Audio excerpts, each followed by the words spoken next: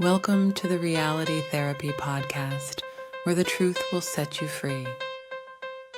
Welcome to the Reality Therapy Podcast. I'm here with Melody McKibbin, a licensed professional counselor and certified personality disorder specialist.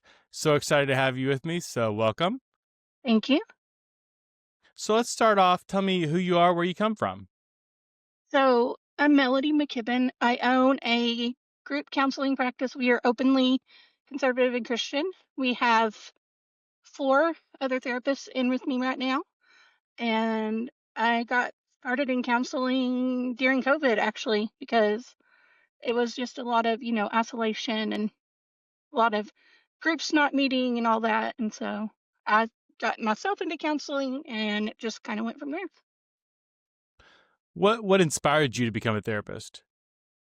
I saw that borderline personality disorder was highly stigmatized, and I wanted to do something to change that. And so I decided to become a therapist and specialize in that. Cool, very cool. This leads into a little rabbit trail, if you're okay with that. I had Sure. a couple more psychoanalytic people talking about complex PTSD and like the connection with borderline. What do you think of CPTSD as a diagnosis? I don't think it's a diagnosis. Okay. It's not recognized in the DSM. I think that there is definitely trauma involved with BPD. And I think that a lot of times BPD is misdiagnosed as that, and when it's really PTSD is the issue because of the trauma background. And so I'm not a fan of it. I've never diagnosed anybody with it. It is a condition. I believe it's a condition for further study, isn't it, in the DSM? Yeah. Yeah. So that brings into some interesting territory with the personality disorder, especially borderline.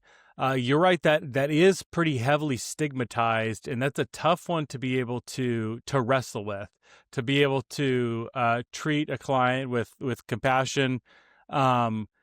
I think the borderline people that I've worked with, a lot of times, like everything's like a level 10 emergency. So it's hard to keep for myself to keep my cool while I'm working with this person and not kind of move into the emergency zone with them. How do you deal with that? So you have to have very, strict boundaries with clients that have BPD. So I do not allow any contact outside of the session unless it is for scheduling or admin purposes. And even then, they don't talk to me. They talk to Lauren, my director.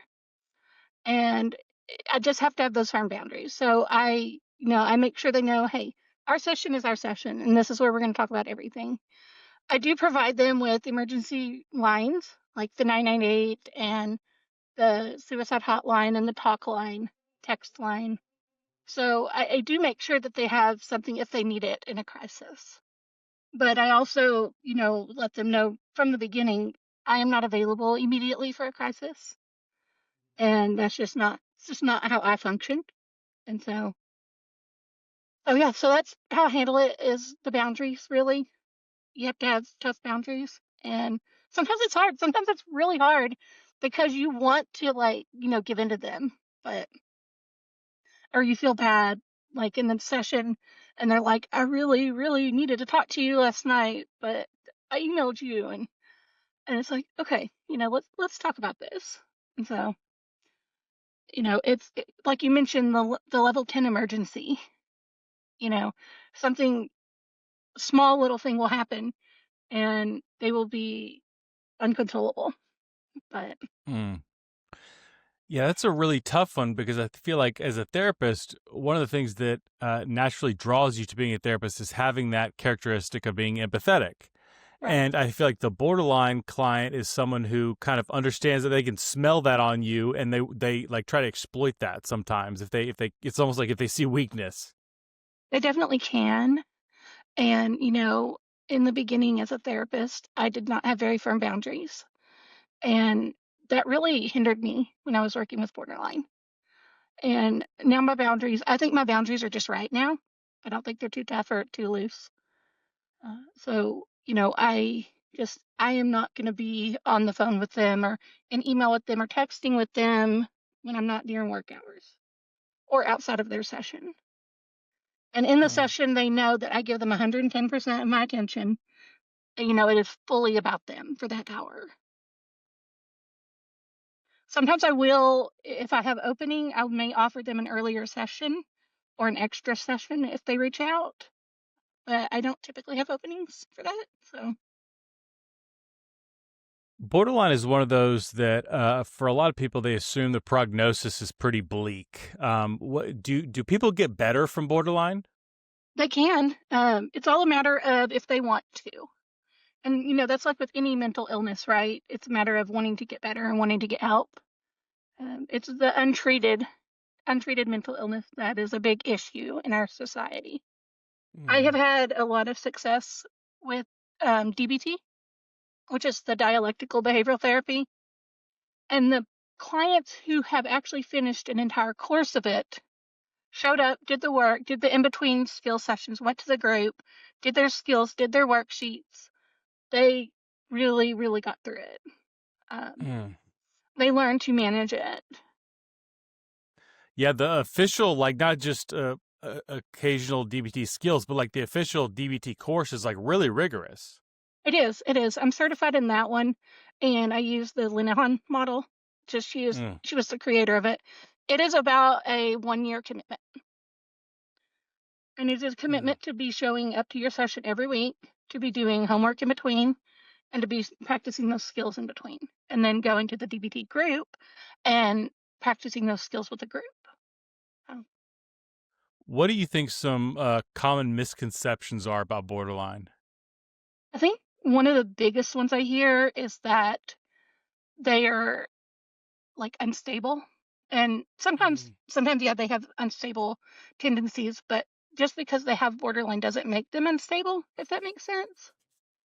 They can also be very kind and giving and caring, which, some of that may be motivated by them not wanting to be abandoned. So going into kind of that people pleaser mode. But, I think that's a stigma, is that That's they're just interesting. crazy. Yeah, that's interesting that you said that the instability thing is not part of borderline, because that's like one of the first things I think of with borderline is like that kind of like emotional instability. Yeah. And it is a factor for sure, but the biggest factor with it is an identity issue for them. So And what's that identity issue look like? so just trying to find out who they are. And these are all, I see borderline as primarily a traumatic identity issue that somewhere along the way, probably in their childhood, they were not given the appropriate care that they needed. So if you're familiar with Maslow's. Yeah. Okay, so Maslow's, has the physiological needs first, and then the safety needs, and then there's that middle one, that love and belonging. And somebody with borderline probably never made it to that love and belonging in the formative years of life. And so they spend their whole life trying to force that and to get that. And so that's what, drives the behaviors of the manipulation that we see sometimes, the suicidal ideation that we see, the self-harm that we see. It's all seeking connection with somebody. And so That's really not interesting. really knowing who you are, you're going to be just kind of floating around. There's a saying that you hear a lot of times with BPD, and I forget the exact wording, but it's like, come here, I need you. No, back away. No, I need you. Yeah, kind of I hate you, don't leave me. I hate you, don't leave me. That's what it is. Yeah. That's a book. It's that going between extremes of idealization and devaluation is what it is. They love you. You're the best person in the world. They've never met anybody better. You are their person. And then you do some little something. And suddenly, you are Satan. You are like the scum of the earth. And so I will see that a lot when I do get somebody with borderline, that they will tell me I'm their 7th or 8th therapist. And others were, of course, horrible, right? And evil. So, and now I'm probably going to be in that line of those horrible and evil therapists when they move to their next therapist. Yeah. So I really take what they say with a grain of salt when they're talking about, previous providers. Interesting. So You have some interesting ideas that you've like fleshed out around connecting borderline personality disorder and what we see like socially, culturally with a lot of progressive ideology. Can you tell me a little bit about your ideas around that? Yeah, so we live in a very liberal ideology world right now. And that is, you know, you're familiar with TDS, Trump Derangement Syndrome, Yeah. which something like that should probably be in the DSM at some point, and it might be. But there are so many behaviors that you see with the left that could, mimic borderline, even down to the identity issue, which again, it falls back to identity. They don't know who they are, right? So they don't know if they're a boy or a girl or whatever. It's that identity issue.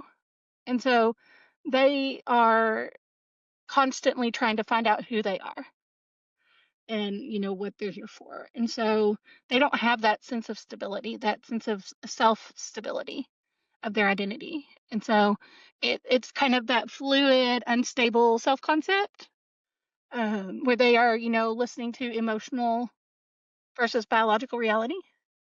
I feel like I'm not a woman, so I'm not a woman, um, versus, just that, yeah, you are a woman. That's the biological reality. There's man, there's woman, there's no more than that. And, just kind of trying to fill that void of the chronic emptiness, I think.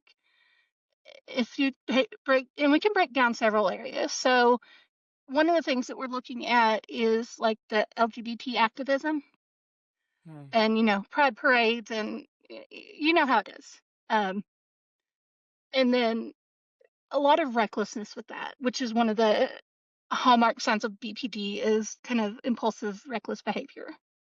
And, they are obsessed with acceptance from somebody.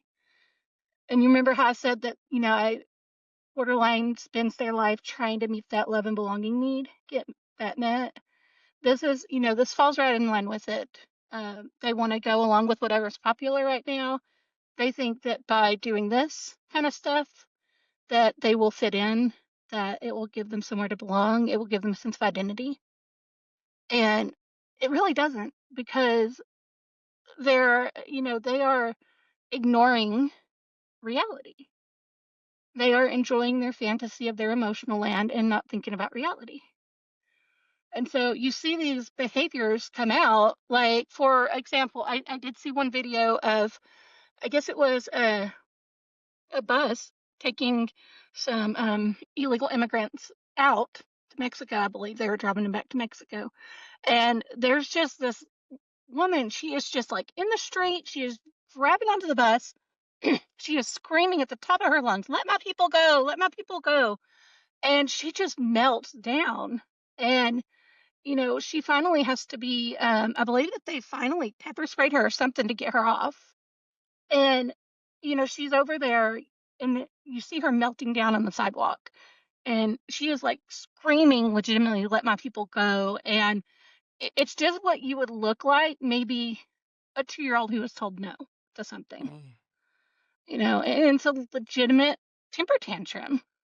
And it's reckless, it's impulsive. I mean, and dangerous at that. I mean, to go stand in the highway or the road in front of a giant bus, that's not very safe.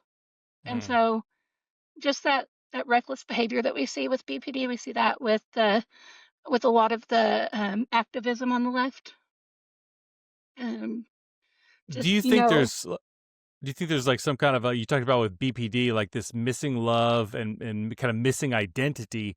Do you see that with progressive, like woke activists as well? I do. One of the biggest things is probably the gender ideology. They love to say, "Live your truth." I'm living my truth, right? And they're really not living truth. They're living a fantasy. And they're shifting with that identity from, for example, if you take a woman, and I'm not picking on women because, men on the left are just as like this, but, shifting from like empowered woman to, "Oh, okay, now I'm a victim of patriarchy, you know, defeat the patriarchy. Patriarchy is evil." And it's just that extreme fear of something happening. They're being disappeared, or, if they are possibly being sent to a camp because they're gay. And it's just a lot of paranoia, and without basing it in reality or facts is what it comes down to. That's interesting. I think another one that I see a lot. I've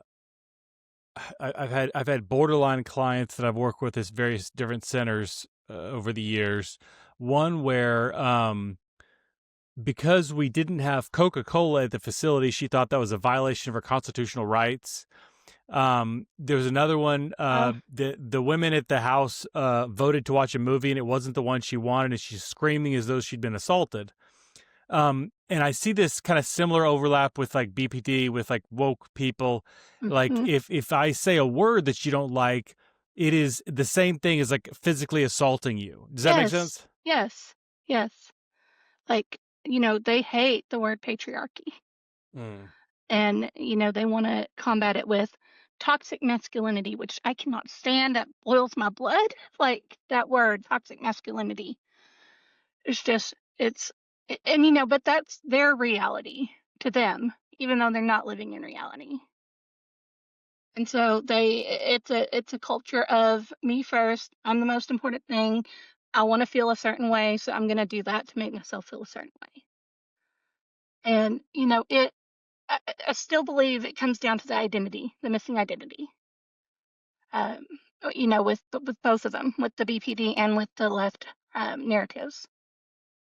And it's, they go between the love and hate, let's just take, the abortion argument. My body, my choice, right? And, the unborn child is basically dehumanized. And, while the activist for that is glorified, like, oh, she's an empowered woman, her choice was that she chose herself, and just it's almost like the baby becomes a perceived threat to freedom because of that lack of personal responsibility. I'm going to have one night stands, I'm going to do whatever I want, and then it's okay because I can just kill the baby. And that's one of the biggest things I think also is just that autonomy. I want bodily autonomy, but they're not thinking of what about the baby's autonomy, right? What would the baby choose? I don't think they would choose to get killed. And so it's just it's that it boils down to that identity. I think it's an identity thing. The feelings outweigh the facts, the logic, and the reason. A lot of emotional ability, just kind of changing emotions quickly back and forth. If we look at some of the criteria for BPD, one of them is the frantic efforts to avoid real or imagined abandonment. And so, with the immigration issue, they are so convinced that people are just being disappeared, right? That U.S. citizens are being swept up left and right and detained. And that's just not reality. And so, their fear of that deportation or exclusion. And it's, essentially creating society as the abandoning parent. Society has failed me. Society has failed me. So I'm going to do whatever I can. And society has abandoned me. They don't want me here. This person's illegal. Society has abandoned them. What about their food? What about their it's human rights. And, that's kind of seeing society as the abandoning parent is, I think, one of the things to consider. I've heard so many people talk about, if you voted for Donald Trump, it means you don't want me to exist. Yes. And just so many people convinced that just any day now Donald Trump could send them to a concentration camp. Yes. And it's interesting because he takes on this archetype of this father figure with a strict rules who's going to be mean to me if I'm out too late or whatever. And it's like you'd be afraid of a rejection from a parent. That's how they actually feel about Donald Trump. Yes, yes. And it's, again, identity disturbance. Um, the self-harm, is an attribute of BPD. I would say that, deciding that you are suddenly a a woman instead of a man and getting your genitals chopped off, that's pretty much self-harm. I mean, that's not logical, right? That's not logical. And it's it's dangerous, and then wanting, one of your kids to take these dangerous hormones that cause sterility and all of that as well. It's really just crazy. It seems so obvious that removal of genitals or healthy breasts or something like that would be in the category of self-harm. Why does so much of our field miss that? See, I don't know. Like, there's different schools of thinking on that. I think that society as a whole, and therapy world even, is about not challenging clients anymore. It's about just giving into them, not challenging their beliefs, not challenging those negative thoughts, and just, okay, well, let's feed into them. Gender dysphoria is the only mental illness that we have that we, um, affirm. And it's the only mental illness that we have in society in the DSM that encourages um, dangerous, reckless behavior, permanently irreversible damage. I mean, Yeah. we don't tell a schizophrenic person, right? Listen to those voices. Mm. We don't tell them that. No, we challenge that. We challenge those delusions. No, you can't fly off the roof even if you have a cape on. Yeah. So I don't see it as any different, really. Telling a client that, okay, well, maybe you are a woman. I'll send this letter for your surgery. Is like telling somebody they can fly off the roof with a cape. Oh It's yeah. just, it's, And I think there's another connection with the borderline here of perceived offenses that might be small or non-existent in reality are considered like horrifically bad offenses, like yes, misgendering or using the wrong pronouns or something, or yes, not their preferred pronouns. It's as though you murdered me because I said he right, instead of she or something. right. Or you won't use they, them. Um, Yeah. and so that one's an interesting one because, they is plural. And Yeah. I haven't wrapped my brain around that one yet, but uh, I will only use they them pronouns if you're have multiple personalities. hey, there you go. And it's just basically, identity disturbance and then autonomy replacing accountability. There's Mm. no accountability in the mental health field sometimes. And the clients are, they pay the therapist to sit there for an hour, 45 minutes an hour. They want to be told what they want to hear. And therapists, some of them just do that, you know, uh, but that's not how somebody grows. That's not how you help a client grow, by just giving into their thoughts and their feelings. It's Mm. our job as a therapist to challenge negative thoughts, to challenge delusions. I challenge and treat delusions. I don't affirm them. And so Yeah, that's what it's, SOAD says. yeah, I mean, that's probably where I got that phrase, actually. Yeah. Um, It's so wild because everything they're drilling into my head in grad school is, you affirm the client, you validate, validate, mhm. validate. It's like the client's always right. Well, if that's true, why are they coming to see you? If they've already got all the answers, they've already got everything Right? figured out. Like, why am I here? Why are they paying me? That doesn't make any sense. Yeah, I've never understood that either. Mm. Like, I mean, I go to a therapist because I want to be challenged, because I know, okay, maybe I've got some negative thinking going on that needs challenging. And, if a therapist isn't going to challenge you, they're not really doing their job. And so, um, there is that aspect of it as well. To what degree are they not doing their job? Are they even potentially, committing ethical violations by affirming? Because everything that we do in therapy comes back to what is in the best interest of the client, right? You can do anything in therapy. If you could justify it to a licensing board that you were acting in the best interest of the client, then it is the best interest of the client. And I fail to see how encouraging or letting a 13-year-old girl get her breast chopped off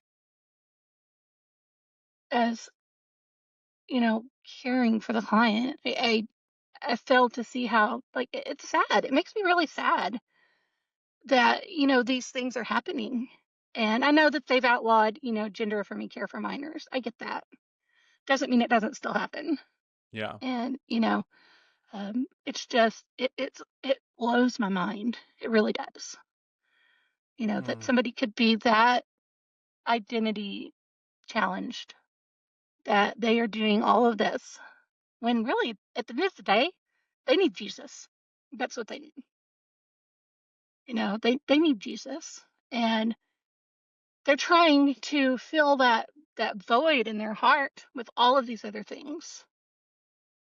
And So so you it's said just, you said they need Jesus, and you describe yourself as a Christian therapist. What role does faith play in your profession, like for you personally?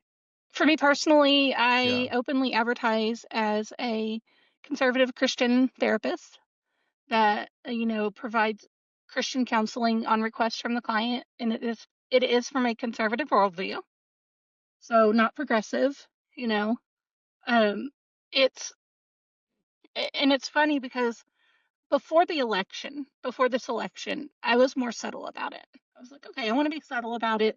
I want this to be a ministry, and I want people to know it maybe, but I want to draw in people who may not be Christians or whatnot, and they that changed after the election because honestly, I am and just got fed up, and I'm like, okay, I am going to just do it. I'm going to come out fully, come out come out fully as a conservative Christian, and advertise that way, market that, and so there's a risk for sure, but I'm not doing anything illegal.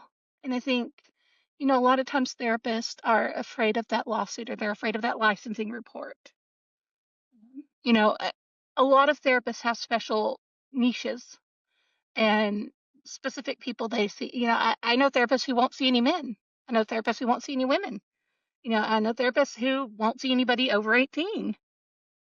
And yet, when we come along and say, okay, well, it is not in our wheelhouse to work with the LGBT issues, then we are public enemy number one. It's like, I mean, I was even it was interesting. I was on Reddit, which, cesspool, and this person was basically saying, that we didn't need to refer clients out that had issues out of our scope, that we needed to go spend hundreds of dollars and thousands of dollars to go get trained in LGBT culture. I'm not doing that. I do take, we do have our multicultural CEUs that we have to do, but why would I invest all that time and training into a population that I do not want to work with? And it's okay to not want to work with a certain population. And I think we need to normalize that in therapy. It's interesting. In grad school, one of the things they said is if you don't want to work with drug addicts or you don't want to work with schizophrenics or whoever, like, that's fine. Just say that you don't have the competency and refer Right. out.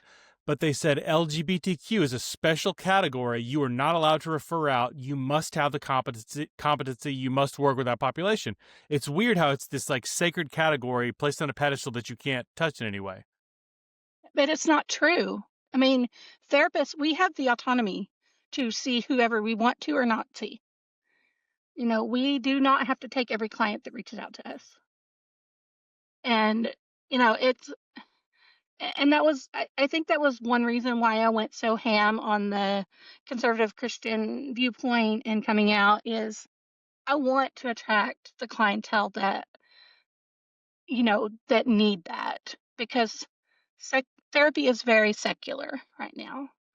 And there are lots of hurting conservatives out there that are wanting therapists with that viewpoint, that are wanting that as kind of a respite from the crazy world right now.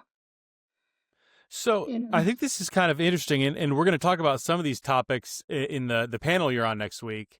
But I wonder if we go towards this area, because one of the things I think you traditionally would want from a therapist is somebody from a different perspective, sees things from a different angle that can, show you a different way of looking at things.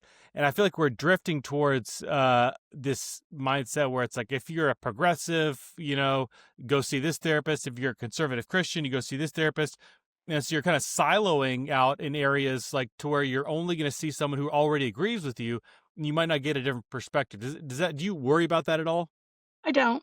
I used to. I don't anymore. I'm just being honest. Like, I trust that God will bring me the clients I am supposed to have.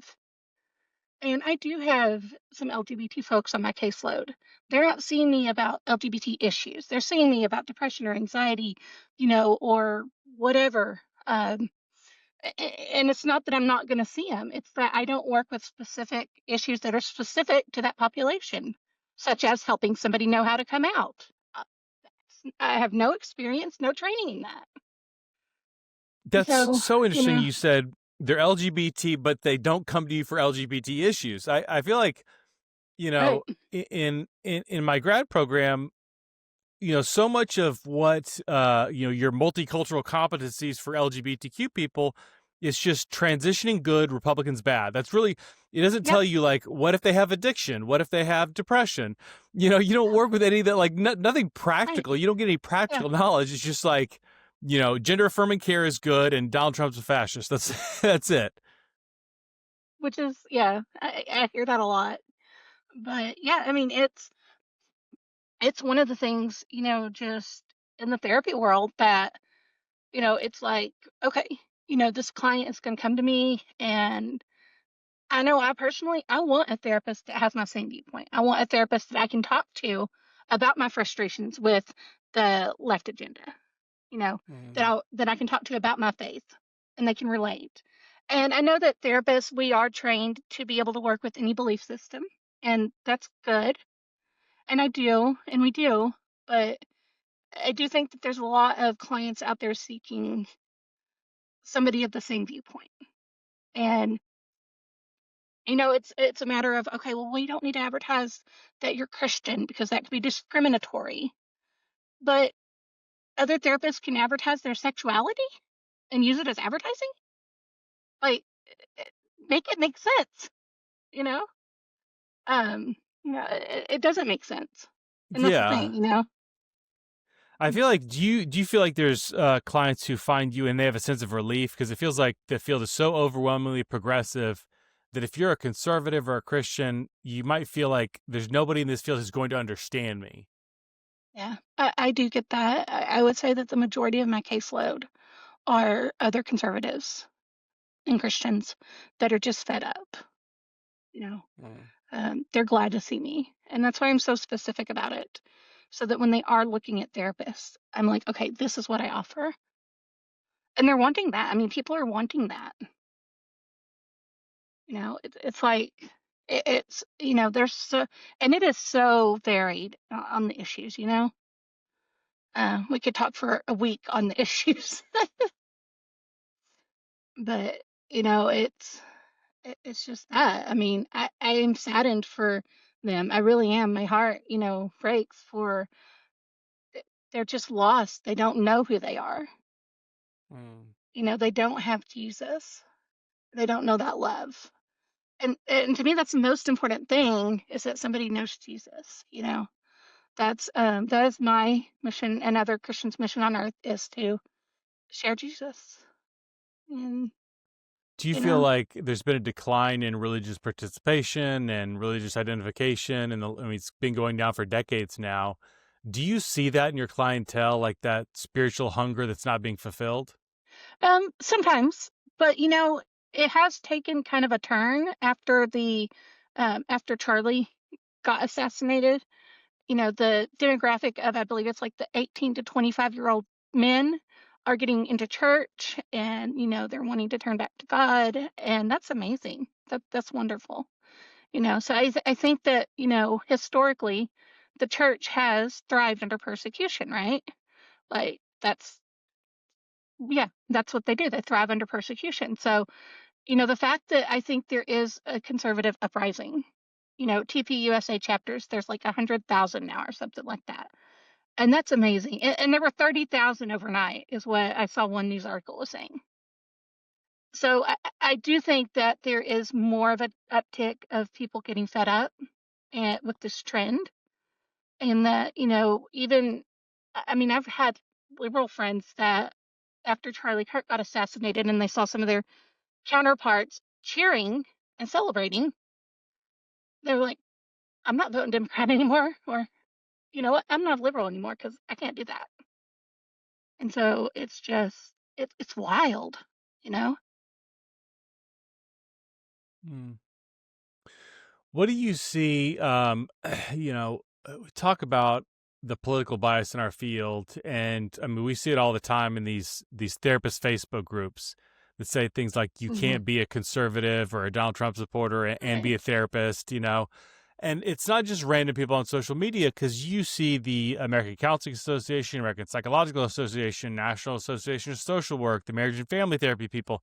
Everybody has said, like, you have to explicitly be committed to social justice to be a therapist. Tell me about that mentality. I mean, social justice is an oxymoron. It's a buzzword that's been created, basically. Um, it's one of a list of many words I hate that I don't like. Um, but I think that social justice is, I think it is an oxymoron sometimes, because to me, social justice means, okay, I'm going to speak out against racism, like true racism. If a employer is not hiring somebody because they're Black, okay, that's something to get angry about and speak out against. And so, I think we've gone away from, okay, what is true discrimination and racism and what's not? Because now there's all this reverse racism as well. White man is bad. The white heterosexual man is like bad right now. And it's like, that's just kind of the way it is.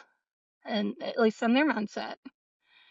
And it's become like a reverse racism, I think. And the social justice, there are things that we don't need to be advocating for, because we're not supposed to harm clients. Like, doing no harm is one of our things, and I don't see how you can, in good conscience, support things such as baby murdering, or, letting kids get their genitals chopped off, right? I don't see how you can do that. So, I mean, I would reverse that, if you're going to be this extreme liberal ideology, maybe you don't need to be a therapist, because if you're going to push your beliefs on the clients and you're going to use the therapy session as your personal agenda, then no, they don't need to be a therapist. I feel like So, if this field had been 50-50 or even like 60-40 left-leaning, you wouldn't have gotten a lot of these things right. just gone off the rails crazy like that, especially with like the gender-affirming care for kids. But I think the fact that the perception is it's almost 100% left-leaning. Like, the conservatives have been so marginalized on this field that they don't have to worry about their perspective at all. So they can say the most outlandish leftist stuff, and they're not worried that someone's going to challenge them. Right. Right. And that's just it. The conservatives are getting fed up. We are getting fed up with that, especially in the therapy world. That is evidenced by the groups that we are on that are for conservative Christians. I am starting a non-profit organization for conservative therapists. And, we're holding Bible studies and consult groups and all that. So it's just, I think that there is an exhaustion, an emotional exhaustion, and they just finally had enough. And so some people are red pilled quicker than others, but yeah, it's like it Well, took an extreme event of Charlie Kirk getting assassinated for some people to realize, okay, this is really bad, guys. wow. Um, mm. What? How do you define being red pilled? I think being red pilled, obviously a link, reference to the Matrix, but red pilled is realizing that the world really is that woke. The world really is that crazy right now. I went through a period where I'm like, oh, it's not so bad. But then it's just one thing after the next. I'm like, okay, yes, this is horrible. So, that's what I see as being red pilled is noticing the reality of society right now. Just like in the Matrix, they were in their own world, right? And if they took the red pill, then they would see the world for what it really was, not their idealized fantasy world. And so, it's like, okay, living in bliss, not necessarily being aware of all the issues until you have to be. And, when it's your livelihood at stake, yeah, you gotta look at those issues. Wow. What do you think that the mainstream in our profession misses that having a conservative perspective could bring to them or like enlighten them on something? I think just balance, not extreme one way or the other, because a lot of these behaviors are just extreme behaviors. Standing in front of a bus, that's extreme. You're not thinking right mentally if you're doing that. And, I think so that's what I think it is balance. There is a place for social justice and therapy, I think. It has a place. It has a place in the world of Christians as well, but not to the degree and not to the way it is now. Because now, it has kind of made a focus as that is the sole reason that we're therapists, right? If you look at the ACA Code of Ethics, like you mentioned, or the APA, or, the NBCC, these codes of ethics, they have a huge emphasis on social justice. And yeah, it's wild. The social justice thing, the fact that it's been injected into therapy still seems so bizarre to me because a lot of my professors, I don't feel like they're competent and qualified to talk about therapy, much less trying to lecture me about how we should restructure society. It's like therapists we're not trained as economists or political scientists or, like, No. why do you think that you who learned about mental health diagnoses and different therapy modalities, why do you think that qualifies you to tell everybody how we need to restructure society? That's so bizarre to me. It is. It is absolutely bizarre. And, it used to be that the social workers were the primary social justice focused. It's literally in their name, social workers. And that is kind of their bread and butter in the social work field. It was. But now it's just social justice has just been abused. And it has been misconstrued and it has been taken out of context. And it is being applied to things that are not social justice. It's not racism if you don't think that some kid should have hormones. That's not racism, and it's so, vast, so many issues. It feels like 6 degrees of separation, or it's like, if Donald Trump does this and that affects this person and this person's married to your client, it could, indirectly affect your client. Therefore, you shouldn't vote for Donald Trump. It's like this weird game that they play with every single issue. If it could potentially somewhere down the road affect, and like that, like that's true of anything. Like you could just, I don't know. No, I know what you mean. It's that paranoia, and it's that. That paranoia. I've had, and this is kind of like wild, but I had a client, I guess a year and a half ago or so. They were an American citizen, and I'm using they in this context, not because of they, them, but because I want to protect, ambiguity. Yeah. And anyway, they were a U.S. citizen, and they were convinced that they were going to get deported, like thoroughly convinced that they were going to get deported. And I started challenging that. You know, are you a U.S. citizen? Yes. Well, where are you going to get deported to? And they told me Ohio. And I'm like, Ohio is not a different country. That is in the US. And so this person, I mean, they were just delusional. Like they truly believed they were going to get deported.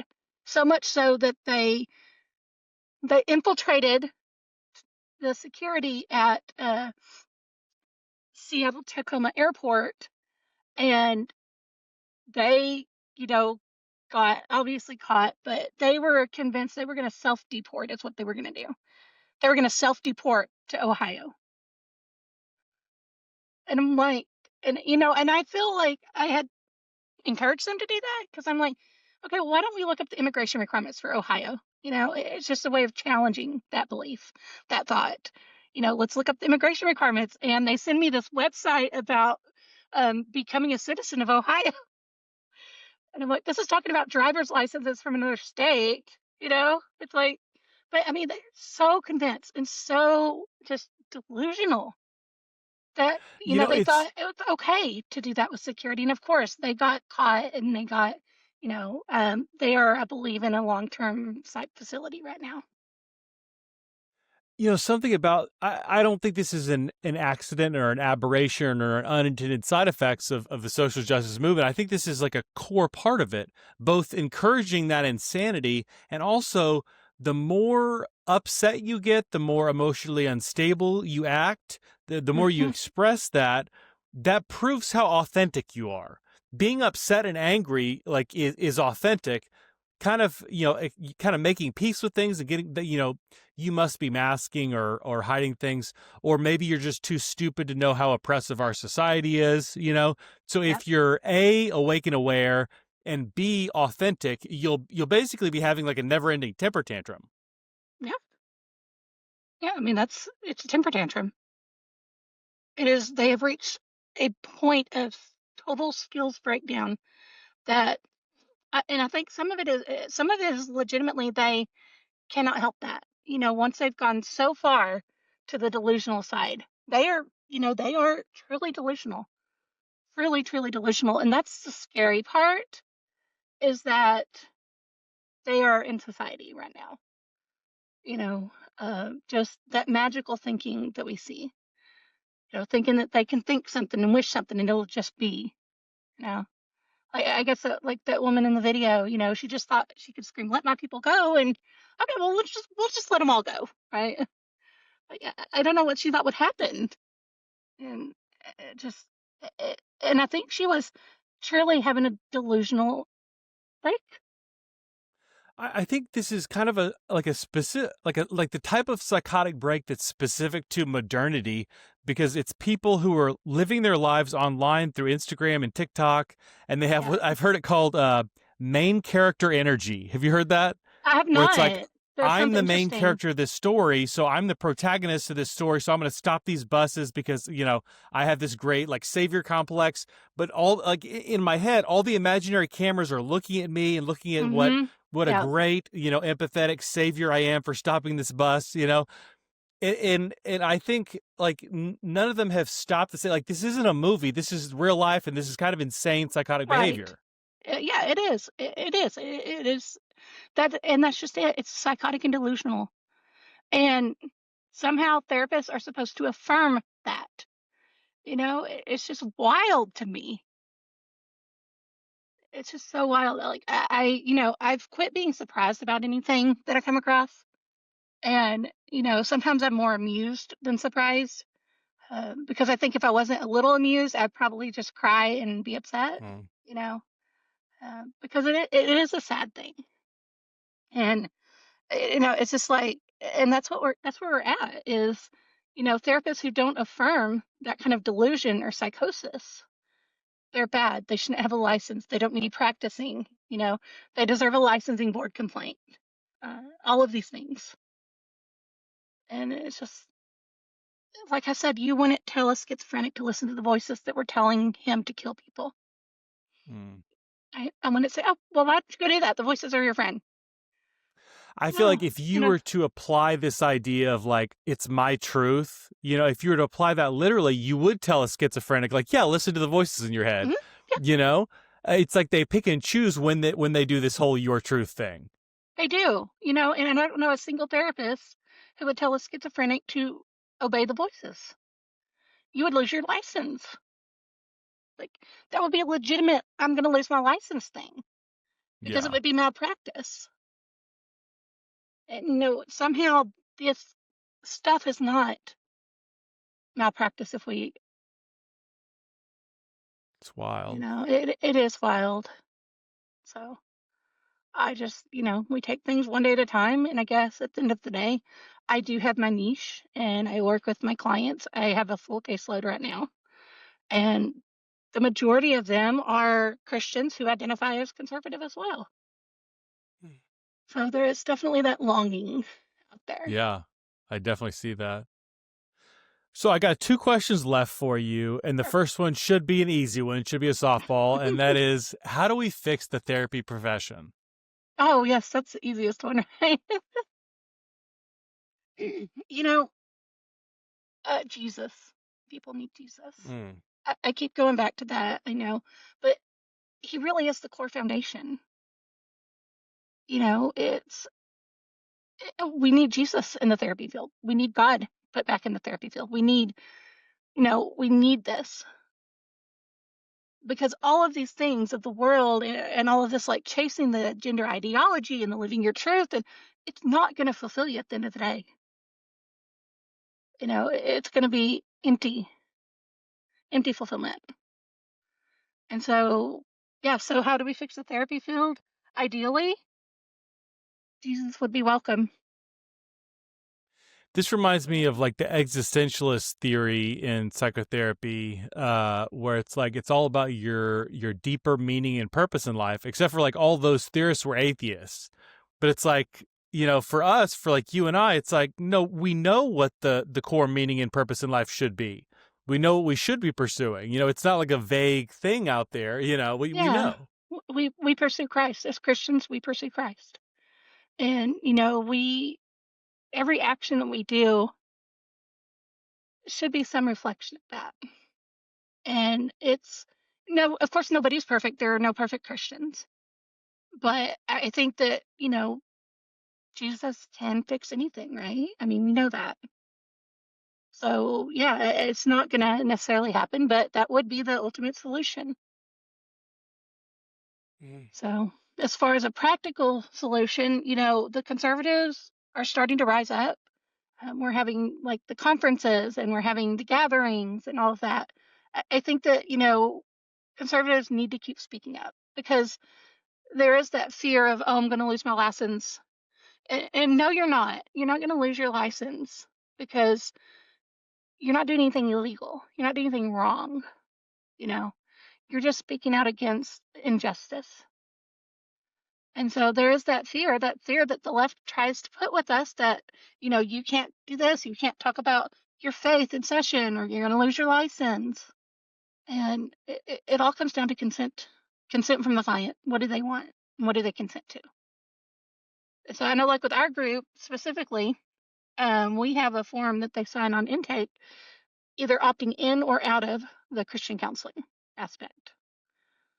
And so, that way they can't come back later and say, I didn't know, I didn't give her permission to talk about the Bible. So yeah, uh, that's my ideal fantasy world, is getting Jesus in all of the.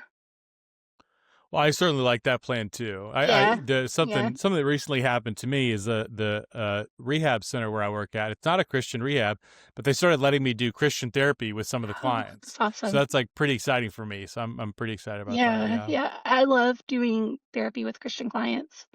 I love being able to, talk to them about the word, about what God says about it, and just Yeah. kind of show them, hey, Jesus loves you. This is simple truth.